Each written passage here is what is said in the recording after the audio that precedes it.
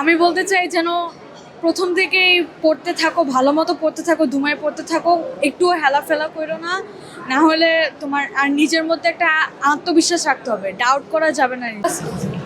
কেমন লাগছে? আলহামদুলিল্লাহ ভালোই লাগছে আমি অনেক হার্ডওয়ার্ক করেছিলাম, আমার এই হার্ডওয়ার্ক মনে হচ্ছে যেন সফল হয়েছিল। কত ঘন্টা মানে আপনি স্টাডি করেছেন নিয়মিত?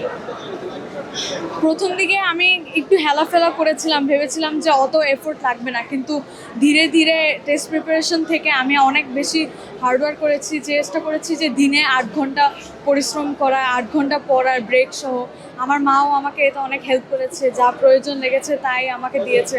আমার মনে হয় এতে আমার সফল হয়েছে।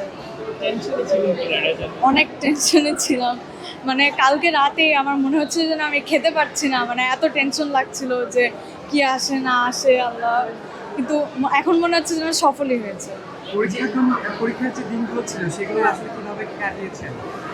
পরীক্ষার দিনগুলা আমি বলতে গেলে আগে পরীক্ষার সময়টা যে গ্যাপটা থাকতো এটাতে খুবই হেলাফেলা দিতাম, কিন্তু এসএসসিতে ট্রাই করেছি যেন গ্যাপের মধ্যে যত হার্ডওয়ার্ক করতে পারি, যত কাভার করতে পারি ততই কাভার করেছি।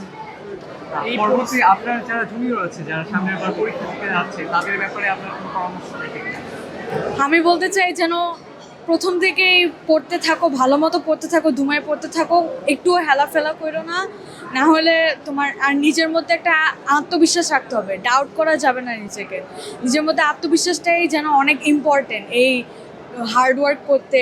তারপর কারণ আত্মবিশ্বাস যদি প্রথম দিকে হারায় যায় তাহলে তোমার পরের গুলো হ্যাম্পার করে বেশি। এখন নতুন শিক্ষামন্ত্রীর সময় পরীক্ষা দিয়েছেন, কেমন দেখছেন?